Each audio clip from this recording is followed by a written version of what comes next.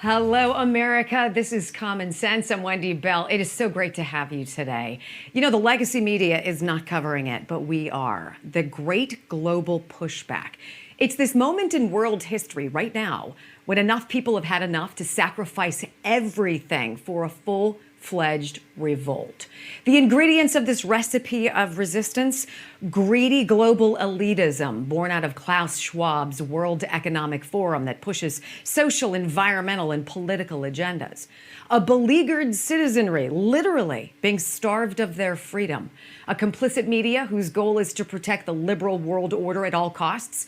And a technology arm of world governments that cannot fact-check, debunk, or silence enough people fast enough to keep the ire from catching on and spreading like wildfire. Canada started it, everybody, with the truckers who protested vaccine mandates and gross government overreach. That was last winter. And people across the planet paid attention. The ripple effect of revolution has now sparked in Poland, in Italy, India, the Netherlands, and Sri Lanka. The unlikeliest of revolutionaries, perhaps? Farmers now carrying the battle baton, not with guns, but with tractors. And the stakes are real. Freedom, family, and now food. What better way to control the people, after all, than by making them hungry? Let's bring in our panel of top-notch radio personalities from across America. First guest, Chris Arbs. He co-hosts the Tim Jones and Chris Arbs Show on 101.9 FM in St. Louis. Great to have you, Chris.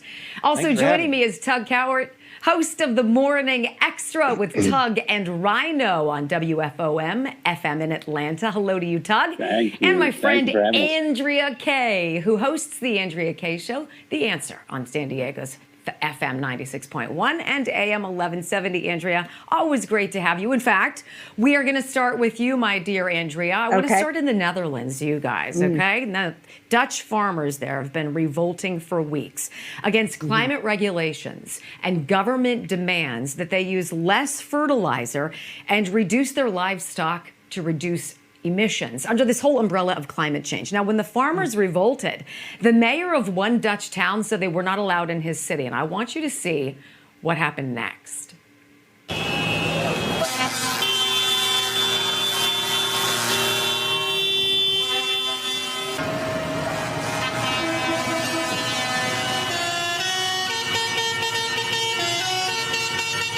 I don't know what you guys think, but that is like the sound of freedom in my ears. Andrea, do you think these globalist governments have poked the wrong bear?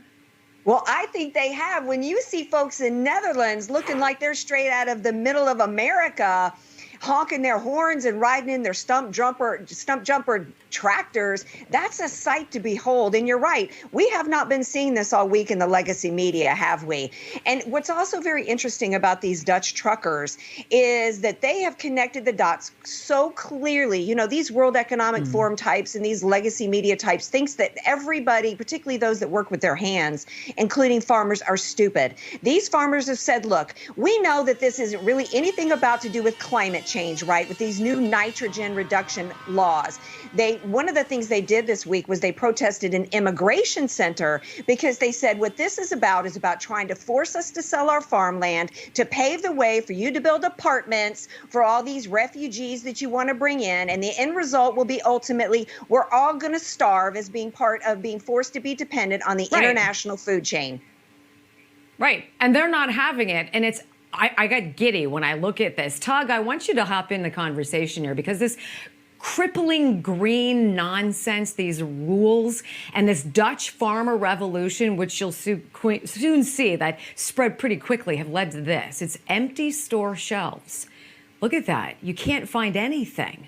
It's amazing. And this warning, in fact, I think it's pretty fascinating to me to see that farmers and the Dutch people have joined together. And this warning spelled out by tractor: no farmers, no food. Look at this. These folks are serious. Are you surprised that people in the Netherlands who now have food scarcity overwhelmingly support the farmers' moves? No, of course not. I mean, people by nature, I mean, that's what they want to be, is free. And they want to be able to work hard, and they want to be able to take the labor of their work to the marketplace and make a living off of it, but also feed the country. So, yeah, it's very natural when you don't have foods on the shelf or food on the shelf to push back and say this is not right and we're not going to take it anymore. And good for them. I'm really proud that they're doing that, and I hope it happens more and more and more, and I think it will. You know, and why you said that, before I hop on to the next question, do you think in your area, in Georgia, do you see food scarcity issues or this sort of effect possibly getting American farmers to take action like this? You know what? We've been pretty fortunate. I live about 20 miles north of Atlanta in Alpharetta, and we've not really run into it. I mean, there's some things you can't find on the shelves if you're looking for something specific, but there's probably a replacement.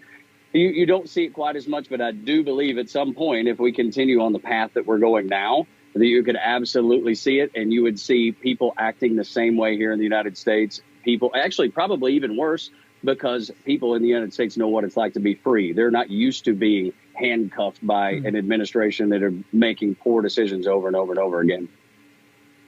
I think you bring up a great point there. All right, Chris, I want you to hop in now. I want you to see this video out of Sri Lanka. This is hungry, angry crowds storming the president's palace. Look at that. Hundreds of thousands of people forcing the president and the ruling leftists to run. We're going to see if they all resign. But the food shortages there were caused by an ill-conceived shift to organic agriculture. It's the worst economic crisis in that country's history. Is that a predictor of what may happen elsewhere, that kind of pushback? What do you see? I think definitely. And one part of the reason why Sri Lanka is having revolts and people are storming the presidential palace is because of mismanagement in the government. The government borrowed billions of dollars for infrastructure projects and other type of projects that were pet projects for the leaders in the government. And now the government is so in debt that they can't keep food on the shelves. I mean, does that sound familiar to what's happening here in the United States? We have our government that's looking to borrow billions of dollars for infrastructure projects and things that the government says we need that we really can't afford. I agree with you 100%. And this is wild, Andrea, that in communist China, people storming the Bank of China in Zhengzhou after the banks froze millions of dollars in savings, alleging a system upgrade. That was in April, and people still can't get their money. This kind of pushback, holy cow. Yeah, you know, I'm actually surprised that video made its way out. I'm actually surprised that those people weren't shot, off the steps going up to that bank. What's interesting right now coming out of China is this past week is reports of large percentages of the Chinese population refusing to pay their mortgages because of what's going on over there. So it will be interesting to see what kind of economic fallout results from that.